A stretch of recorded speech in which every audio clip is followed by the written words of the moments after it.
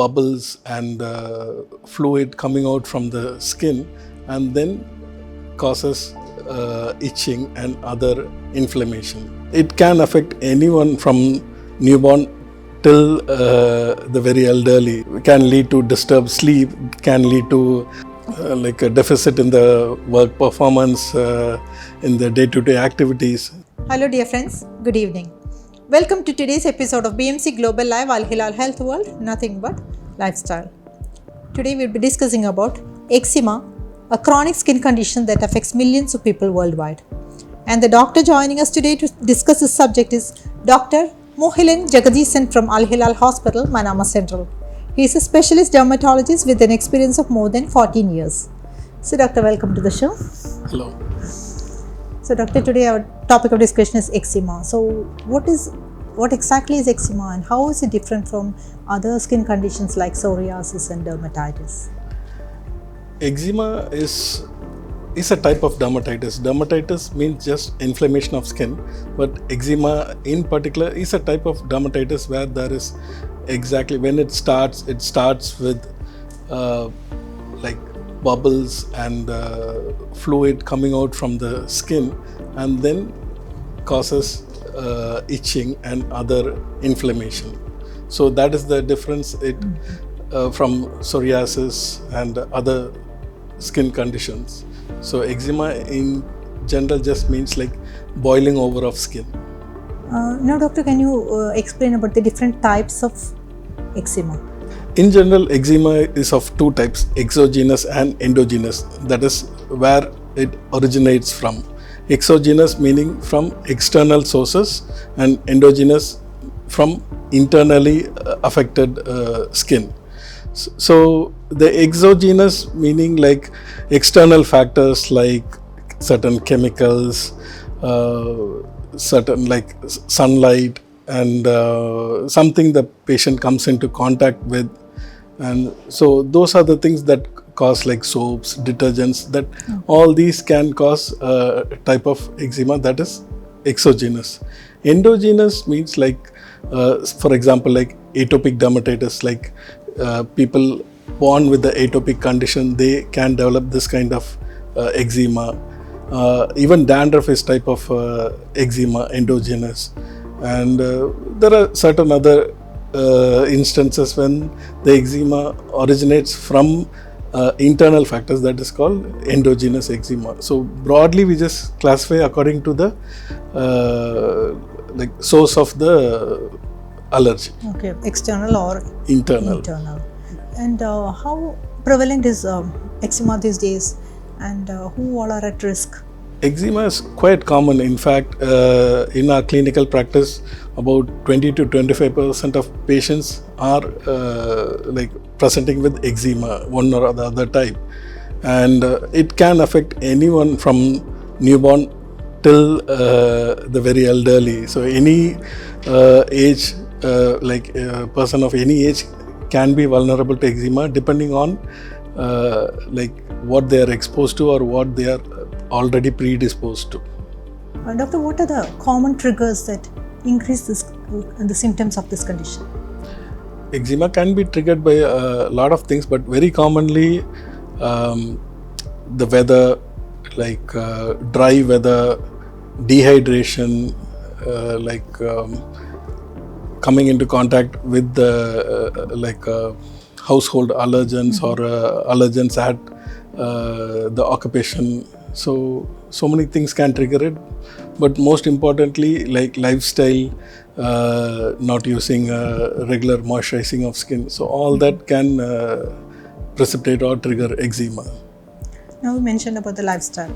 How does stress, diet and lifestyle influence eczema? Can you make it more clear? Okay, so stress and eczema, they go like stress can increase eczema, and eczema can be stressful, which in turn leads to like a vicious cycle. So stress releases certain factors which can worsen eczema, and eczema in turn due to the symptoms like profuse itching, can lead to disturbed sleep, can lead to like like a deficit in the work performance, in the day-to-day activities. So that in turns turns more stressful, and that's how it keeps on going. So stress, yeah, definitely a very important factor in eczema. When it comes to diet, there are certain food substances that can trigger certain types of eczema, especially gluten, sugar, highly refined carbohydrates, processed foods. They can all trigger certain types of eczema. And there are certain diets which can help with eczema as well, like antioxidant foods, and fruits, vegetables. All those can help reduce like severity of eczema. Doctor, is eczema hereditary? Yes, as I said, especially atopic eczema is hereditary, and there are certain other eczemas as well which are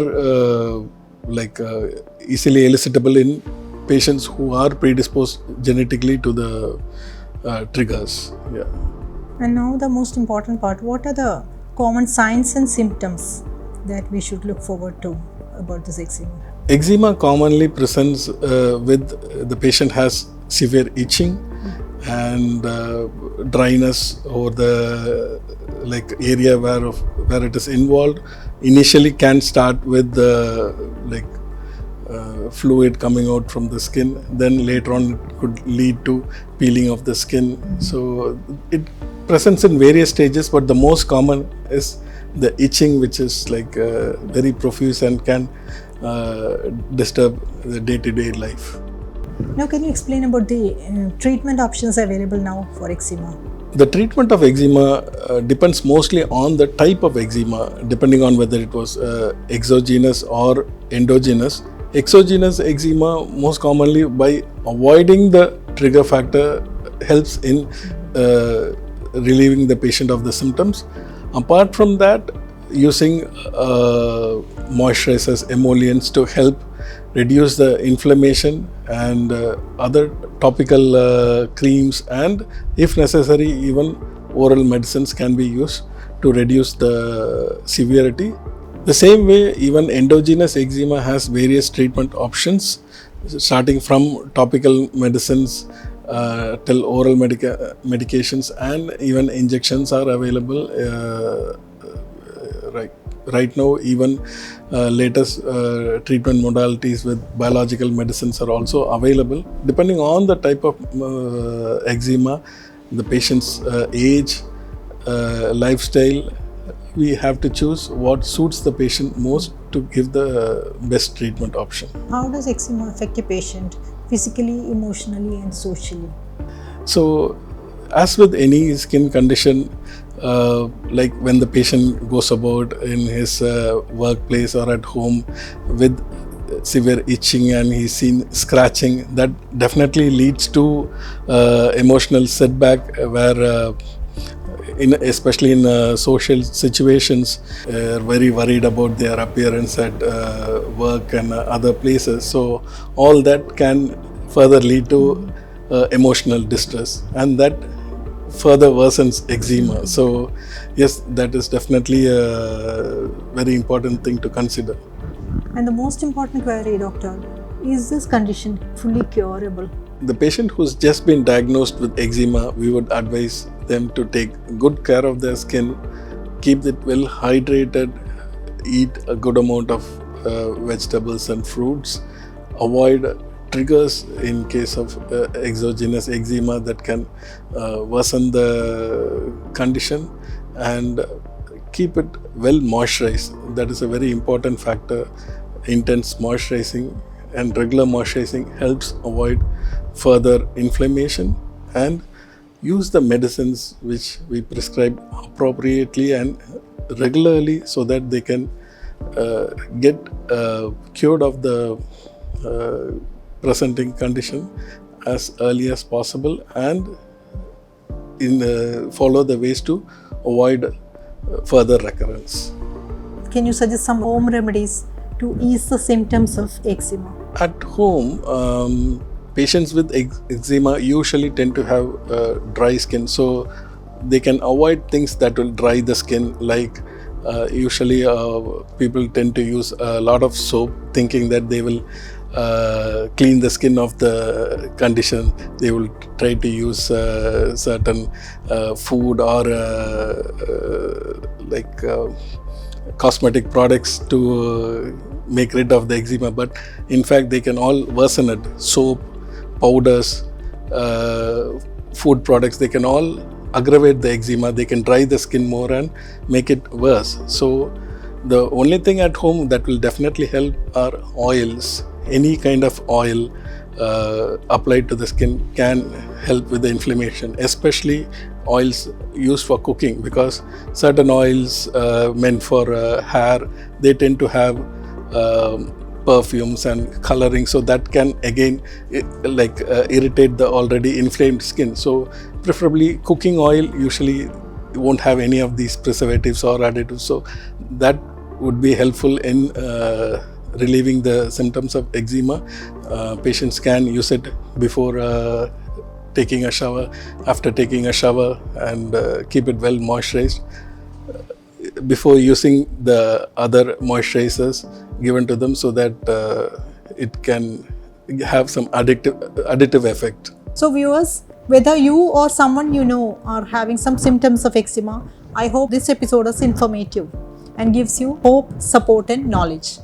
For more informative episodes, tune into BMC Global Live Al-Hilal Health World every Tuesdays at 8 p.m. Till we meet again in next episode with a new doctor and a new topic. This is Jasila Mujib signing off. Good night.